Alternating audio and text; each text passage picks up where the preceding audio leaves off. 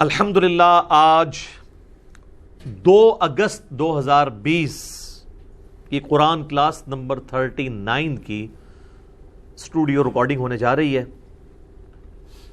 چونکہ یہ studio recording ہے اس لیے وقت سے پہلے ہو رہی ہے۔ ویسے تو آج الحمدللہ پاکستان میں 9 ذوالحجہ 1441 ہجری ہے، بمطابق 31 جولائی 2020، یعنی یہاں پر یوم عرفہ کا دن ہے، اور کل انشاءاللہ تعالی 1 اگست کو 2020 میں عید ہوگی یہاں پہ، اور اللہ تعالیٰ پوری دنیا کے مسلمانوں کے لیے اس بہت بڑے ایونٹ کو خیر کا ایونٹ بنائے، آمین ثم آمین۔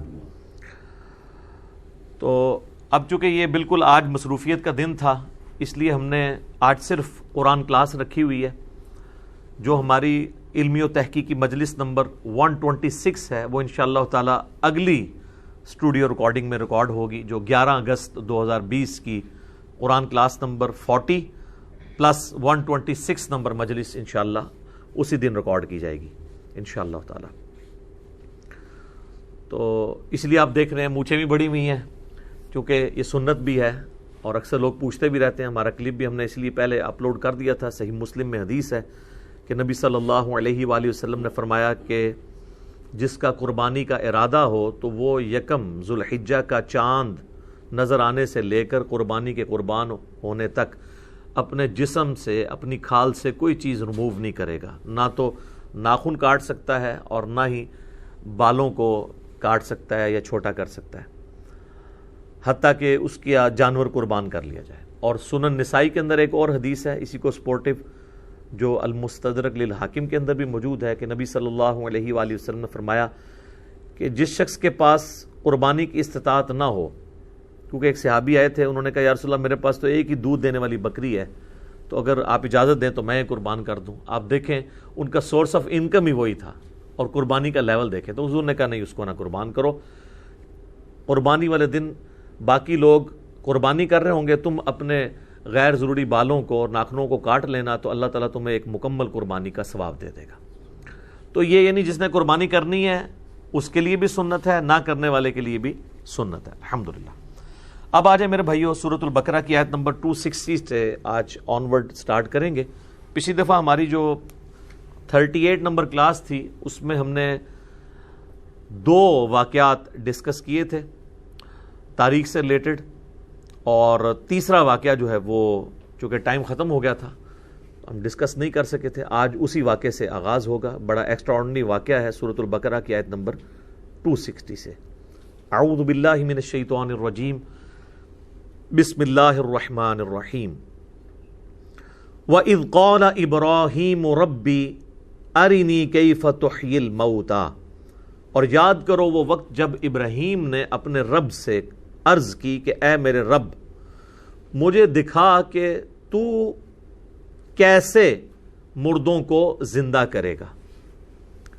کیسے سے مراد انہوں نے قدرت پہ اعتراض نہیں کیا، بلکہ وہ اس ایکٹیویٹی کو ہوتے ہوئے دیکھنا چاہتے تھے۔ ظاہر ہے یہ بھی بہت بڑی ایک ایکٹیویٹی ہے۔ پچھلی دفعہ بھی ہم نے دیکھا کہ حضرت عزیر علیہ السلام کو اللہ تعالیٰ نے فرمایا کہ دیکھ ذرا اپنے گدھے کی ہڈیوں کی طرف، ہم کس طرح اس کے اوپر گوشت چڑھاتے ہیں اور اسے کس طرح زندہ کرتے ہیں۔ سر یہ منظر آپ فزیکلی جو بندہ دیکھ لے وہ تو پوری زندگی بھلا نہیں سکتا۔ ایون آپ دیکھیں یہ نیشنل جغرافک چینل کے اوپر جو وہ فاسٹ موونگ کر کے ویڈیوز چلا رہے ہوتے ہیں، جس میں زمین سے ایک دانے سے کومپل پھوٹتی ہے، پھر اس طرح کرتے ایک پورا پودا بنتا ہے یا ایک پھول کھلتا ہے، وہ بھی بندہ دیکھ کے ایک بار حیران ہو جاتا ہے کہ یار یہ کس طرح خود بخود ہی ہو رہا ہے۔ خود بخود نہیں ہو رہا سر، کسی کے کرنے سے ہو رہا ہے۔ اللہ is the only explanation of all the physical phenomena in this universe۔ لیکن وہ جب چونکہ بندہ ایک دم ہوتے ہوئے دیکھتا ہے نا سب کچھ سامنے اس طریقے سے، وہ فلم کو تیز کر کے چلاتے ہیں تو بندہ حیران رہ جاتا ہے۔ اچھا، اس کے اگینسٹ نیشنل جغرافک پہ آپ کو بہت تیزی سے ہونے والے کاموں کی ویڈیو نا سلو کر کے دکھائیں گے، وہ بھی جب انسان دیکھتا ہے نا ایک بار پریشان ہو جاتا ہے۔ یعنی ایسے پرندے بھی ہیں جو 1 سیکنڈ کے اندر 25 دفعہ پر پھڑپھڑا لیتے ہیں 1 سیکنڈ میں۔ انسان کی تو یہ کمپیٹنسی نہیں ہے، اس کی تو ایک ایک ہڈی پسلی الگ ہو جائے۔ تو وہ جب انہی پرندوں کو سلو میں دکھاتے ہیں کہ یار کس طریقے سے پرفیکشن سے وہ کر رہے ہیں، انسان کی عقل دنگ رہ جاتی ہے۔ تو اللہ تعالیٰ نے چونکہ انبیاء کرام کو لوگوں کی ہدایت کا ذریعہ بنانا ہوتا ہے، ان کو ایکسٹرا آرڈنری ایکسپیرینس سے گزارا جاتا ہے تاکہ ان کا ایمان جو ہے نا وہ محکم لیول کا ہو، پھر پورے کانفیڈنس کے ساتھ وہ بات کریں۔ تو اب جب انہوں نے اس خواہش کا اظہار کیا تو اللہ تعالیٰ نے فرمایا قال اولم تؤمن، اے ابراہیم کیا تو یقین نہیں رکھتا، تیرا ایمان نہیں اس بات کے اوپر؟ یہ بڑا اچھا ہو گیا، اللہ تعالیٰ نے کاؤنٹر کوسچن کر لیا۔ اس سے پہلے کہ قرآن پڑھنے والے اور سننے والے خود سے کوئی رزلٹ نکالتے، اللہ تعالیٰ نے خود ہی ابراہیم علیہ السلام سے کاؤنٹر کوسچن کیا۔ قال بلا، انہوں نے کہا کیوں نہیں میرے رب، میرا ایمان ہے، ولکن لیطمئن قلبی، لیکن میں اپنے دل کے اطمینان کے لیے چاہتا ہوں۔ اس کا یہ مطلب نہیں کہ ان کے دل کو کوئی بے سکونی تھی، نہیں، وہ جو میں نے عرض کیا نا کہ جب انسان حق الیقین تک پہنچتا ہے نا تو اس کا کانفیڈنس لیول کچھ اور ہوتا ہے۔ کہیں دور سے دھواں اٹھ رہا ہو اور آپ کو کوئی بتائے کہ جی فلاں جگہ آگ لگی ہے، آپ وہ دھواں نہ دیکھ رہے ہو، صرف سنی ہوئی خبر ہو، تو اسے کہا جاتا ہے علم الیقین، یعنی ایک سکہ راوی نے خبر دی ہے مجھے، میرے علم میں ایک بات آ گئی۔ لیکن جب آپ اس کو دیکھیں دھوئیں کو اور پھر اس کے قریب جائیں اور آگ نظر آ جائے فزیکلی، تو اسے کہا جاتا ہے عین الیقین، یہ میں نے اپنی آنکھوں سے دیکھ لیا۔ ایک اس سے اوپر کا درجہ بھی ہے کہ آپ ہاتھ ہی رکھ دیں اس کوئلے کے اوپر تو پھر آپ حق الیقین تک پہنچیں گے، کیونکہ اس کے بعد تو آپ کوئی گنجائش ہی نہیں رہے گی انکار کی، ہاتھ جل جائیں گے۔ ہاں، اس سے پہلے نظر کا دھوکہ بھی ہو سکتا ہے کہ ایک آپ کو شو پیسز ایسے ملتے ہیں جن میں لگ رہا ہوتا ہے کہ نیچے آگ جل رہی ہے، اوپر دھواں نکلتا بھی نظر آتا ہے۔ یہ آج کل جو آپ کو یہ خوشبو والے جو پاٹس آئے ہوئے ہیں، ان دھوئیں کے ذریعے خوشبو پھیلتی ہے، اس دھوئیں کے اوپر آپ ہاتھ رکھیں وہ ٹھنڈا دھواں ہوتا ہے، وہ کسی اور پروسیس کے ذریعے نکل رہا ہوتا ہے، وہ گرم بھی نہیں ہوتا دھواں، اور اندر بھی آپ وہ جو خوشبو ڈالی ہوئی ہے پانی میں مکس کر کے وہ بھی گرم نہیں ہوئی ہوتی۔ تو ظاہر ہے کہ اس کے لیے تو حق الیقین تک پہنچنا ضروری ہے، ادروائز تو آپ دھوکہ کھا جائیں گے۔ تو انبیاء کرام کو تو اللہ تعالیٰ چونکہ ان کو دنیا میں اپنا ریپریزنٹیٹو بنانا چاہ رہا ہوتا ہے، انسانیت کے لیے رول ماڈل اور امام کے طور پہ، تو ان کو اللہ تعالیٰ ان ساری سٹیجز سے گزارتا ہے۔ تو انہوں نے کہا کہ میں دل کا اطمینان چاہتا ہوں، یعنی مجھے یقین ہے، پھر جب میں ایک بار وہ منظر دیکھ لوں گا تو مزہ آ جائے گا۔ جس طرح کتنے لوگ ہیں ویڈیو میں خانہ کعبہ دیکھتے ہیں، آپ ان سے پوچھیں جب وہ فزیکلی وہاں جاتے ہیں ان سے پوچھیں کتنا فرق ہے تو آپ کو کہیں گے یار زمین آسمان کا فرق ہے۔ حالانکہ پرانے لوگوں کے لیے تو صرف علم الیقین تھا خانہ کعبے کا ہونا، ہمیں عین الیقین اس حوالے سے کہ ہم لائیو ویڈیوز میں دیکھ لیتے ہیں، اور حق الیقین وہاں جا کے حاصل ہوتا ہے۔ اچھا، اسی کانٹیکسٹ میں ایک حدیث ہے بخاری اور مسلم دونوں میں، وہ کئی لوگ اس حدیث سے دھوکے کا شکار ہوئے۔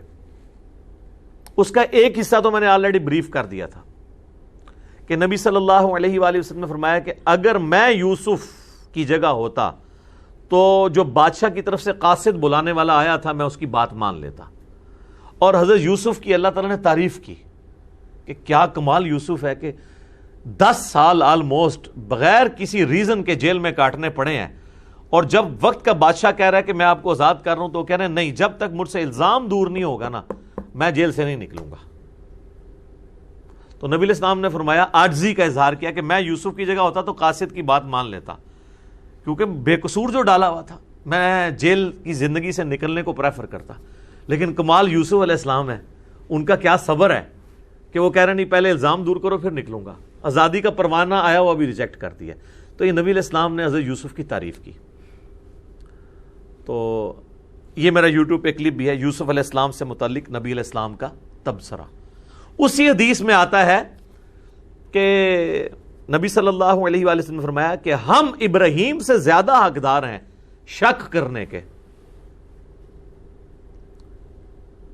اچھا، اس کا بعض لوگوں نے مطلب سمجھا کہ اگر ابراہیم علیہ السلام کو شک ہو گیا ہے اللہ کی قدرت میں، وہ اسی واقعے کے کانٹیکسٹ میں نبی علیہ السلام نے فرمایا، یہ بخاری مسلم دونوں میں حدیث ہے۔ تو انہوں نے یہ مطلب سمجھ لیا کہ اس سے مراد یہ ہے کہ حضرت ابراہیم علیہ السلام نے اگر شک کیا تھا تو ہم تو زیادہ حقدار ہیں شک کرنے کے کہ اللہ تعالیٰ ہمیں بھی اپنی قدرت کا وہ کرشمہ کر کے دکھائے۔ ایک معنی یہ بنتا ہے۔ اچھا، دوسرا معنی جو محدثین نے کہا کہ یہ لٹریچر کی لینگویج میں بات ہو رہی ہے، یہ کہا جا رہا ہے کہ اگر ابراہیم علیہ السلام اللہ کی قدرت میں شک کرنے والے نہیں تھے، ہم یعنی حضرت نبی علیہ السلام کی ایک عاجزی ہے، وہاں بھی حضرت یوسف کے کیس میں بھی اپنی عاجزی شو کی نا، کہ میں یوسف کی جگہ ہوتا تو چلا جاتا، یوسف کی تو کیا ہی شان ہے۔ یہاں پہ بھی ابراہیم علیہ السلام کی تعریف اللہ نے بیان کی ہے کہ ہم زیادہ ہیں شک کے حقدار، یعنی اگر اللہ کی قدرت میں شک کرنا ہوتا نا تو ہم زیادہ کرنے والے ہوتے۔ ابراہیم کی تو کیا شان ہے، اگر ہم اللہ کی قدرت میں شک نہیں کر رہے تو تم یہ کیسے سوچ سکتے ہو کہ ابراہیم نے شک کیا ہوگا؟ یہ مطلب ہے اس کا۔ وہ جملہ اسی طریقے سے بولا جاتا ہے نا، یہاں دیکھیں نا، میں ایک جملہ بول دیا، وہ ہر بندہ اپنا مطلب اس کو پہناتا ہے۔ وہ جب ہم خود ایکسپلین کریں گے کہ یار اس کا مطلب کیا ہے، اصل میں نبی علیہ السلام نے اسی حدیث میں دیکھے پہلے یوسف کی تعریف کی کہ کیا شان ہے یوسف کی، کہ وہ بے گناہ قید کاٹ رہے تھے پھر بھی پروانہ قبول نہیں کیا، کہا پہلا الزام دور کرو۔ یہاں بھی کہا کہ کیا شان ہے ابراہیم کی، کوئی یہ نہ سوچے کہ ابراہیم نے اللہ کی قدرت میں شک کیا، ہم زیادہ حقدار ہیں شک کرنے کے۔ اگر ہم اللہ کی قدرت میں شک نہیں کر رہے، ہمارا یہ یقین ہے کہ اللہ مردوں کو زندہ کرے گا، تو یہ تم کیسے سوچ سکتے ہو کہ ابراہیم نے شک کیا ہوگا؟ کیا زبردست! اور یہی اس کی صحیح تشریح ہے۔ یہ حدیث دنیا کی مشکل ترین احادیث میں سے ہے، جس کے اوپر مسلمان جب پہلی دفعہ حدیث پڑھتے ہیں وہ بھی اعتراض کرتے ہیں، غیر مسلم بھی کرتے ہیں، پھر لوگ پوچھتے پھر ہوتے ہیں جناب اس کی شرح بیان کریں۔ تو میں نے پہلے حصے کی شرح تو اس کلپ میں بیان کی تھی، دوسرے کی آج کر دی۔ حدیث بار لیے ایک ہی ہے جس میں یہ دونوں الفاظ موجود ہیں۔ تو یہاں پر بھی اللہ تعالیٰ نے کلیئر کیا کہ انہوں نے شک نہیں کیا تھا، بلکہ وہ قلب کے اطمینان کے لیے فزیکلی ہوتا ہوا دیکھنا چاہتے تھے۔ وہ انٹرسٹ تو ہوتا ہے نا، ہم دیکھیں بچپن سے جانور قربان ہوتے ہوئے، نہر ہوتے ہوئے اونٹ دیکھ رہے ہیں، لیکن ابھی بھی جب قربانی کہیں ہو رہی ہو تو بندہ 2 منٹ کھڑے ہو جاتا ہے، یار کس طرح ہو رہی ہے، حالانکہ پتہ ہے کس طرح ہو رہی ہے، یہ بھی پتہ ہے کہ کیا ہوگا، اینڈ رزلٹ پتہ ہے، لیکن اللہ نے ایک انسان میں جستجو کا مادہ رکھا ہے۔ تو یہ تو ایکسپیرینس ہی بہت بڑا ہے کہ مردے کا زندہ ہونا، یہ تو ایک بار بھی زندگی میں ہو جائے تو انسان پوری زندگی اس واقعے کو نہیں بھلا سکتا۔ جس طرح پچھلی دفعہ ہم نے عزیر علیہ السلام کے بارے میں پڑھا کہ 100 سال تک اللہ نے ان کو سلائے رکھا یا موت دے دی اور 100 سال کے بعد زندہ کیا، اور 100 سالوں میں ان کا کھانا جو ہے وہ خراب نہیں ہوا، جو کہ ایک ٹائم سے دوسرے میں خراب ہو جاتا ہے۔ گدھے کی پھر بھی عمر ہو سکتی ہے، چلو کوئی بہت ایگزیجریٹ کر لے، تو بہرحال 100 سال تک تو گدھا جو ہے نا اس کی ہڈیاں وہاں پہ صرف پڑی ہوئی تھی، یعنی وہ 100 سال کے اندر مر کے سب کچھ۔ تو اللہ نے کہا کہ دیکھو اس گدھے کو ہم کس طرح زندہ کرتے ہیں، اس پہ کیسے گوشت چڑھاتے ہیں۔ تو یہاں پہ بھی اللہ تعالیٰ نے کیا ایکسپیرینس کروایا ہے ابراہیم علیہ السلام کو؟ انہوں نے کہا میں اطمینان رکھتا ہوں اے اللہ، یعنی میں اپنے دل کے اطمینان کے لیے، میرا یقین تو ہے کہ تو مردے کو زندہ کرے گا، لیکن دل کے اطمینان کے لیے۔ تو اللہ تعالیٰ نے ان کو ایک طریقہ سکھایا کہ اس طریقے سے میں تمہیں یہ قدرت کا اپنا شاہکار دکھاتا ہوں۔ اور اللہ تعالیٰ نے بھی صحیح وہم نکالا ہے، اگر کسی کو تھا نا مردہ زندہ کرنے کے حوالے سے، ابراہیم علیہ السلام کی بات نہیں، ہمارے اعتبار سے۔ قال فخذ 4 من الطیر، اللہ تعالیٰ نے فرمایا کہ 4 پرندے تم پال لو۔ اب لوگ اس چکر میں پڑ گئے یہ پرندے کون سے تھے؟ سر کوئی بھی ہو، کوئی کہتے جی وہ ایک کبوتر تھا جی، ایک جو ہے وہ مرغی تھی جی، ایک چیل تھی، ایک چاروں ہی کبوتر ہوں، کوئی فرق نہیں پڑتا، چاروں ہی مرغیاں ہوں۔ یہ اللہ تعالیٰ بتانا نہیں چاہ رہا کہ وہ جانور کون سا اللہ تعالیٰ نے زندہ کر کے دکھایا ہے، اللہ نے تو سارے زندہ کر لینے۔ 4 پرندے پال لو، فَصُرْهُنَّ إِلَيْكَ، اور تم ان پرندوں کو اپنے ساتھ مانوس بھی کر لو، یعنی ایسا نہیں ہے کہ بس پالے ہیں تو ان کو ذبح کر دیا تو میں زندہ کر دوں، نہیں، وہ پرندے تم اپنے ساتھ مانوس کرو تاکہ میں لوگوں کو دکھاؤں یہ وہی پرندے ہیں کہ جب تم انہیں بلاؤ تو وہ تمہاری آواز پہ آئیں۔ نیا پرندہ تو نہیں آئے گا آواز کے اوپر، ویسے اللہ تعالیٰ چاہے تو نئے پرندے کو بھی بھیج سکتا ہے، لیکن انسان کو آخری درجے تک انہوں نے جب کہا نا کہ اللہ دل کا اطمینان لگا، میں پھر پورا اطمینان تیرا کرانا۔ 4 پرندے پال، ان کو اپنے آپ سے مانوس کر، ثم اجعل علی کل جبل، پھر جتنے وہاں تجھے پہاڑ سامنے نظر آ رہے ہیں نا، ان کے یعنی جانوروں کو ذبح کرنے کے بعد اس کے گوشت کے ٹکڑے کرنے کے بعد چاروں کو مکس کر کے ان پہاڑوں کے اوپر رکھتے۔ یہی آخری درجہ یہی ہو سکتا ہے نا کہ قیمہ کیا ہے، قیمہ بھی چاروں کا مکس ہو گیا اور سارے پہاڑوں پہ کچھ یہاں ڈال دیا، کچھ گوشت ادھر، کچھ ادھر ادھر۔ منہن جزءا، ان کا ایک ایک ٹکڑا چاروں پہ رکھتے، ثم ادعوہن یأتینک سعیا، پھر تو انہیں بلا، تیرے پاس دوڑتے چلے آئیں گے۔ مرے ہوئے پرندے، وہ خود ان کا گوشت مکس ہوا، وہ اپنے جناب چل کے تو ان کے پاس آ گئے، ابراہیم علیہ السلام کے پاس۔ وَاعْلَمْ أَنَّ اللَّهَ عَزِيزٌ حَكِيمٌ، اور خوب جان لینا کہ یقیناً اللہ تعالی غالب ہے، حکمت والا ہے، ہر کام کرنے پہ غالب ہے، لیکن حکمت یہ ہے کہ وہ ہر چیز کو اس نے پردے میں رکھا ہوا ہے، کیونکہ غیب کے اوپر ایمان لانے پہ ہی آپ کو انعام ہے۔ ان الذین یخشون ربہم بالغیب لہم مغفرۃ واجر کبیر، جو بے شک وہ لوگ جو بن دیکھے اپنے رب سے دیکھتے ہیں، ان کے لیے مغفرت ہے اور بڑا اجر ہے۔ اچھا، اس واقعے میں آپ دیکھیں اللہ تعالیٰ نے اپنی قدرت کی نشانی دکھائی، ایک رزلٹ تو یہ نکلا۔ دوسرا رزلٹ یہ نکلا کہ کوئی پیغمبر بھی خود سے مردہ نہیں زندہ کر سکتا،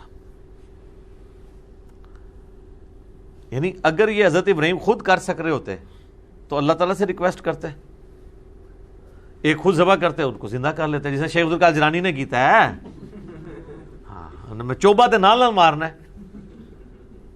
وہ کہتے ہیں جی وہ شیخ عبدالقادر جیلانی کو ایک عورت ملنے کے لیے آئی تو وہ خود مرغی کھا رہے تھے، اور اس عورت کا بچہ جو ان کا اسٹوڈنٹ تھا وہ روکی سوکھی کھا رہا تھا، تو اس عورت کے دل میں بات آئی کہ یہ کیا، نہیں خود مرغا کھا رہے ہیں اور میرے بچے کو یہ کھلا رہے ہیں، تو انہوں نے اس کے دل کا حال بانپ لیا۔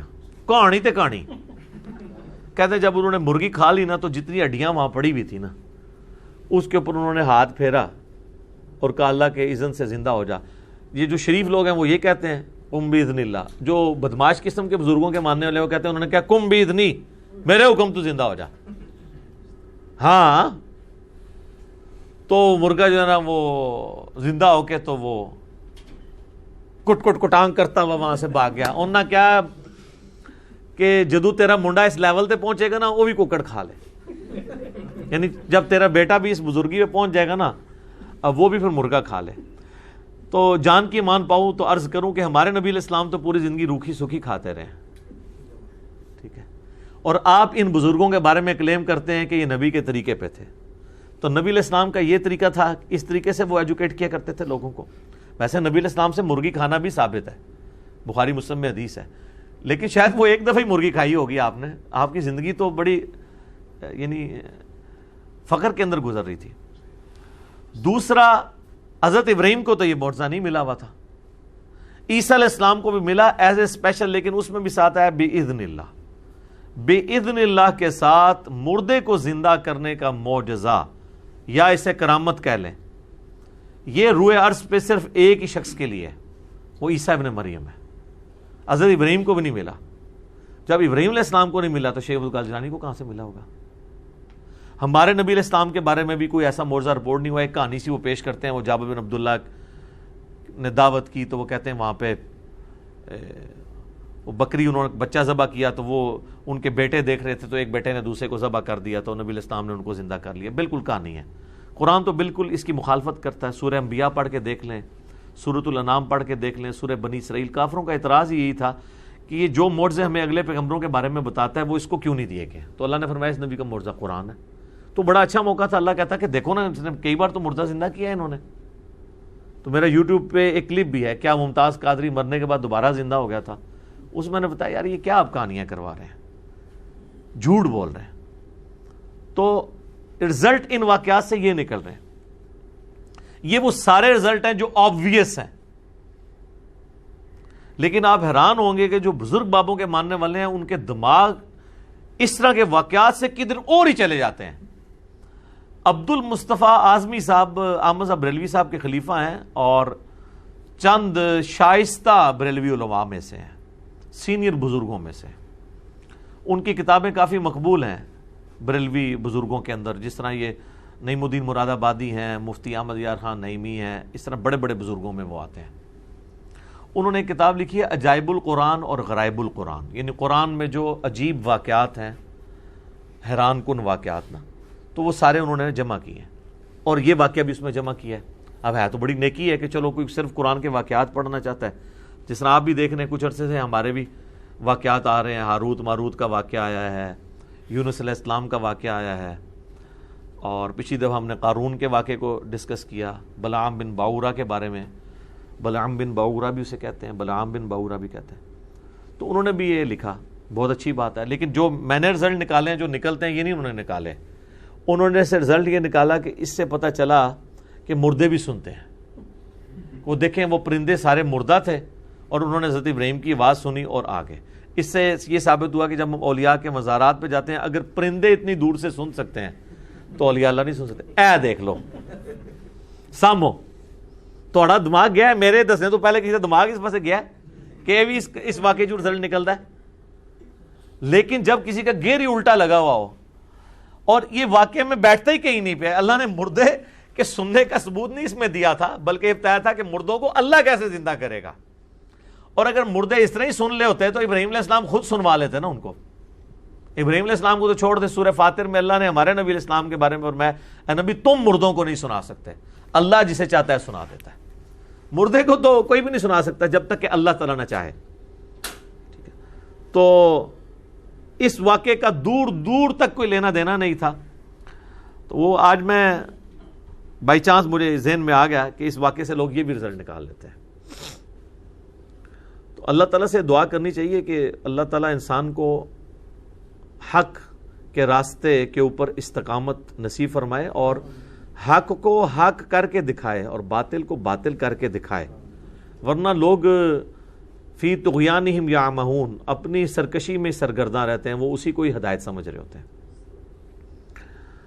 ربنا لا تزغ قلوبنا بعد اذ ہدیتنا وہب لنا من لدنک رحمہ انک انت الوہاب. اللہم اہدنا فیمن ہدیت. آمین.